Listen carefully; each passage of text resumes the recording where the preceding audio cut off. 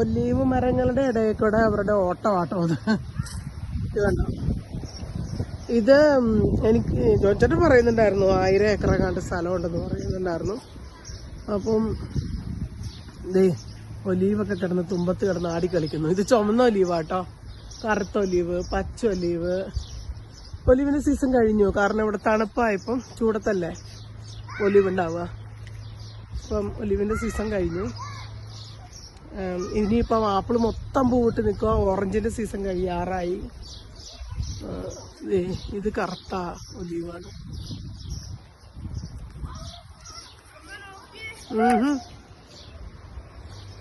അപ്പം ഓരോ സെക്ഷനിലും ഇങ്ങനെ ഓരോ തരം ഫ്രൂട്ട്സ് ആണ് അവർ വെച്ച് പിടിപ്പിച്ചേക്കണേ.